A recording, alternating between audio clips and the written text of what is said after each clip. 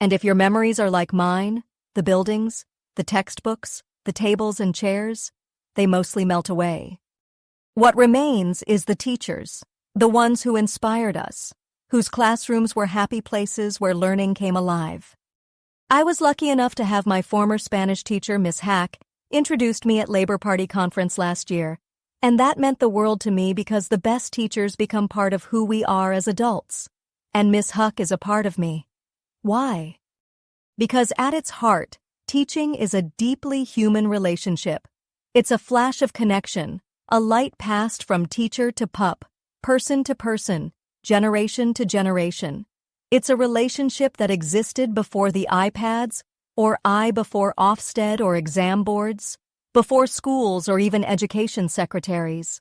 It goes right back to our earliest days as humans.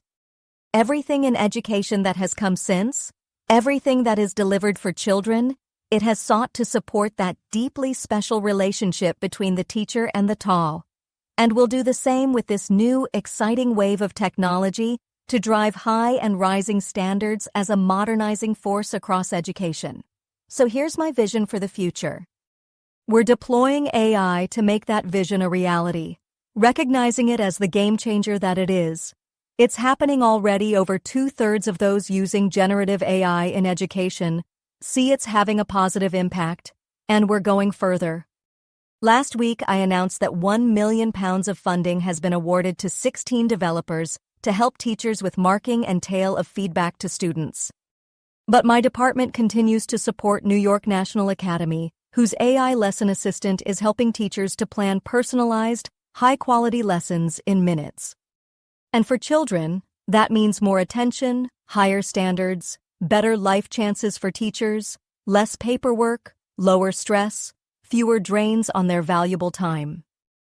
Using AI to reduce workload will help unlock the recruitment and retention crisis that we face, so that once again teaching can be a profession that sparks joy, not burnout, where teachers can focus on what really matters, teaching our children, but not just teachers. We need to support leaders and finance professionals in schools too. So I'm thrilled to announce that we are moving ahead with our EdTech Evidence Board. We've appointed the Chartered College of Teaching, who are here today, to explore how we assess effectively tech products for the classroom. It's not about finding superficial shortcuts at the expense of genuine learning. It's about using tech in ways that really works for children.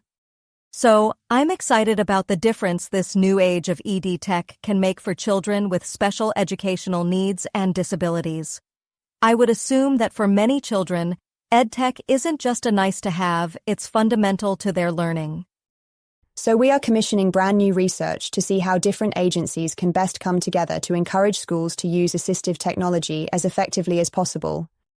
Let's not forget, teachers don't just transmit knowledge and skills. They're role models, they shape values, they build belonging. And that's why EdTech is so exciting and so powerful, because it will help deliver a new era of learning and revitalize that bond between teacher and people. 40 years ago, back in 1985, when Madonna was getting into the groove, and Bett had only just begun, no one could have predicted the EdTech at 2025, and there's no way to know what the next 40 years will bring for AI and beyond.